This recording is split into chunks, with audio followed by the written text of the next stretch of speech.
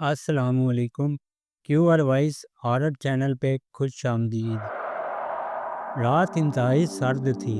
دسمبر کے آخری ایام چل رہے تھے۔ شام 5 بجے سے ہی ماحول کو دھند نے اپنی لپیٹ میں لے لیا تھا۔ میں اپنے کمرے میں لحاف اوڑھے مزے سے سو رہا تھا۔ اچانک ایک دل دہلا دینے والی چیخ سے میری آنکھ کھل گئی۔ پوری طرح ذہن کے بیدار ہوتے ہی میں نے کمرے میں ادھر ادھر دیکھا۔ کمرے میں تو کوئی نہیں تھا، مگر تھوڑی دیر پہلے ابھرنے والی چیخ پھر سے ابھری تو میرے کان کھڑے ہو گئے۔ چیخ کی آواز ساتھ والے گھر سے آئی تھی۔ وہاں نعیم اکیلا رہتا تھا۔ اس کی شخصیت کافی پراسرار قسم کی تھی۔ میں نے اس سے راو رسم بڑھانے کی بہت کوشش کی تھی، مگر وہ ہمیشہ مجھ سے کتراتا تھا۔ میں اس کے بارے میں صرف اتنا جان سکا تھا کہ وہ ایک امیر ماں باپ کا اکلوتا بیٹا تھا، اور کسی وجہ سے وہ اپنے ماں باپ کا گھر چھوڑ کر یہاں کرائے پر رہنے آیا تھا۔ وہ ہمیشہ آنکھوں پر کالی اینک لگائے رکھتا تھا۔ ایک دفعہ میں نے اس سے پوچھا بھی تھا کہ تم یہ اینک اتارتے کیوں نہیں؟ بجائے جواب دینے کے وہ برا سا منہ بنا کر وہاں سے چلا گیا۔ پھر کبھی کبھار راستے میں ملاقات ہوئی بھی تو وہ کترا کر نکل گیا۔ آج اس کی چیخوں کو سن کر میں متجسس ہو گیا۔ میں نے لحاف ایک طرف پھینکا اور پاپا کے کمرے کی طرف بڑھا۔ وہ سکون سے سو رہے تھے۔ میں نے انہیں اٹھانا مناسب نہ سمجھا اور خود ہی باہر لان میں نکل آیا۔ نعیم کی چیخوں کا سلسلہ وقفے وقفے سے جاری تھا۔ میں نے بلا تاخیر وہ دیوار پھلانگی جو نعیم اور میرے گھر کو آپس میں جوڑتی تھی۔ ویسے تو یہ ایک غیر اخلاقی عمل تھا، مگر اس وقت ایسی باتوں کو سوچنا نعیم کی جان کے لیے خطرہ بن سکتا تھا۔ نہ جانے اس کے ساتھ کیا ہو رہا تھا۔ میں اس کے لان میں کود گیا۔ وہ دیوار 5 فٹ سے کچھ زیادہ اونچی ہوگی۔ میں دبے پاؤں چلتا ہوا اس کے گھر کی رازداری میں داخل ہوا۔ چیخوں کا سلسلہ ابھی جاری تھا۔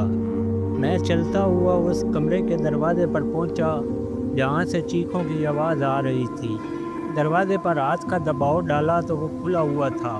میں نے ہلکی سی درز بنا کر اندر جھانکا تو کمرہ خالی تھا، البتہ اٹیچ باتھ کا دروازہ کھلا ہوا تھا، جس میں جلنے والی لائٹ کی وجہ سے دیوار پر کسی کا سایہ دکھائی دے رہا تھا۔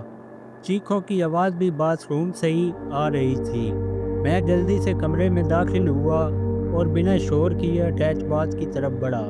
باتھ روم کے دروازے کے پاس پہنچ کر میں نے اندر جھانکا تو خوف سے میری ٹانگیں کانپنے لگی۔ وہ منظر ہی عقل سے مابرہ تھا۔ نعیم باتھ روم کے آئینے کے سامنے کھڑا تھا اور آئینے سے 2 خوفناک ہاتھ نکلے ہوئے تھے جنہوں نے اس کا گلا پکڑ رکھا تھا۔ نعیم تکلیف سے مچل رہا تھا۔ اس کی کمزور ہوتی ہوئی چیخوں سے لگتا تھا کہ بس اب وہ ختم ہونے والا ہے۔ ایسے منظر کو دیکھ کر مجھے ڈرنا چاہیے تھا، مگر مجھے اس کی قابل رحم حالت دیکھ کر نہ جانے کیا ہوا کہ میں نے باتھ روم میں پڑی ایک بھاری سلاخ اٹھا لی اور آئینے کی طرف بڑھا۔ میں نے سلاخ کو پوری قوت سے آئینے میں سے نکلے ہوئے خوفناک بازوؤں پر دے مارا۔ لوہے کی سلاخ ان بازوؤں سے یوں گزر گئی جیسے وہ بازو ہوا کے بنے ہوئے ہوں۔ ایک زوردار چھناٹے سے آئینہ ٹوٹ کر زمین پر جا گرا۔ وہ بازو غائب ہو گئے۔ نعیم لہراتا ہوا باتھ روم میں گر گیا۔ میں نے اسے اٹھایا اور باتھ روم سے باہر نکل کر اسے بیڈ پر لٹا دیا۔ سائڈ ٹیبل پر پڑے جگ سے پانی لے کر اس کے چہرے پر چھڑکا تو وہ کچھ لمحے بعد ہوش میں آ گیا۔ وہ بیڈ سے اٹھنے لگا تو میں نے اسے کندھوں سے پکڑ کر واپس بٹھا دیا۔ اب آرام کرو، میں تمہارے پاس ہی رہوں گا۔ میں نے اسے اٹھتے دیکھا تو یہ سمجھا کہ وہ ڈرا ہوا ہے۔ میری اینک باتھ روم میں ہے، میں اسے اٹھا لوں۔ نعیم نے ایک بار پھر اٹھنے کی کوشش کی۔ میں نے کہا نہ تم کہیں نہیں جاؤ گے، میں لے آتا ہوں تمہاری اینک۔ میں نے اسے دوبارہ اٹھنے سے روکا اور باتھ روم کی طرف بڑھ گیا۔ میں سوچ رہا تھا کہ یہ کتنا عجیب شخص ہے، اتنے بھیانک لمحات میں بھی اسے اپنی اینک کی فکر ہے۔ باتھ روم کے ایک کونے میں نعیم کی اینک پڑی تھی۔ میں نے اسے اٹھایا اور جلدی سے باہر نکل آیا۔ جو منظر میں دیکھ چکا تھا اس کے بعد مجھے بھی اس جگہ سے خوف محسوس ہونے لگا تھا۔ مجھے لگ رہا تھا جیسے اس کا باتھ روم حسید زدہ ہے۔ میں نے اینک اسے پکڑا دی۔ فجر کی اذان کے ساتھ ہی میں نے اس سے اجازت مانگی۔ اس نے مجھے صبح ملنے کا کہہ کر جانے دیا۔ میں دیوار پلانگ کر اپنے گھر میں داخل ہوا۔ ابا امی کے کمروں میں روشنی دیکھ کر پتہ چلا کہ وہ بھی نماز کے لیے اٹھ چکے ہیں۔ میں بھی گھر سے نکلا اور مسجد کی طرف چل پڑا۔ تقریباً 12 بجے کا وقت ہوگا جب نعیم نے میرے گھر کی بیل بجائی۔ میں نے اسے ڈرائنگ روم میں بٹھایا اور چائے بسکٹ دیے۔ وہ اب بھی آنکھوں پر اینک لگائے ہوئے تھا۔ میں اس سے بہت ساری باتیں پوچھنا چاہتا تھا، مگر اس کے سابقہ رویے کی وجہ سے چپ تھا۔ اس نے چائے ختم کی اور خود ہی گفتگو شروع کی۔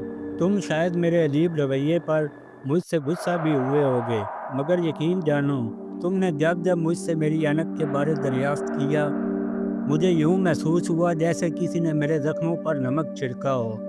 کل رات تم نے میری جان بچائی تو مجھے اپنے رویے پر شرمندگی ہوئی۔ میں آج تمہیں وہ راز بتانے جا رہا ہوں جو میں نے کبھی کسی کو، حتیٰ کہ اپنے ماں باپ کو بھی نہیں بتایا۔ میں ایک امیر گھرانے کا اکلوتا بیٹا ہوں۔ میں پیدائشی نابینا تھا۔ میرے والدین نے پیسہ پانی کی طرح بہایا، مگر میری آنکھوں میں روشنی نہ لوٹی۔ رفتہ رفتہ میری عمر 22 سال ہو گئی۔ میرے دل میں بھی دنیا دیکھنے کی خواہش ابھرتی، مگر صبر کے گھونٹ پی کر خاموش ہو جاتا۔ آخر ایک ڈاکٹر جو آنکھوں کا ماہر سرجن بھی تھا، اس نے کہا کہ اگر کوئی میرا ہم عمر مجھے اپنی آنکھیں عطیہ کر دے تو میری بینائی واپس آ سکتی ہے، مگر کوئی بھی ایسا کرنے کو تیار نہ تھا۔ میرے عزیز و اقربا یہ بات سن کر ہم سے تعلق ہی توڑ گئے۔ میرے والد نے اخباروں میں اشتہار دیے کہ منہ مانگی رقم لے کر مجھے کوئی اپنی آنکھیں دے دے۔ اتنا کہہ کر نعیم کچھ دیر رکا اور پھر اینک کو اتار کر اپنے آنسو صاف کرنے لگا۔ مجھے اس کی آپ بیتی بہت دلچسپ لگ رہی تھی، اسی لیے میں پہلو بدلتے ہوئے بے چینی سے اس کے بولنے کا انتظار کر رہا تھا۔ وہ اینک لگاتے ہوئے دوبارہ بولا۔ آخر کار مجھے ایک ڈونر مل گیا۔ اس کا نام فرحان تھا اور اس کی والدہ کو کینسر تھا، جو کہ ابھی شروعاتی سٹیج پر تھا۔ فرحان مجھے اپنی آنکھیں دینے کے لیے تیار تھا، بدلے میں مجھے اس کی والدہ کا علاج کروانا تھا۔ میرے لیے یہ بالکل معمولی کام تھا۔ میں نے تو یہ بھی سوچ لیا تھا کہ اس کے آپریشن کے بعد باقاعدہ اس کو اور اس کی والدہ کو اپنے گھر میں ہی رکھ لوں گا، مگر تقدیر کو کچھ اور ہی منظور تھا۔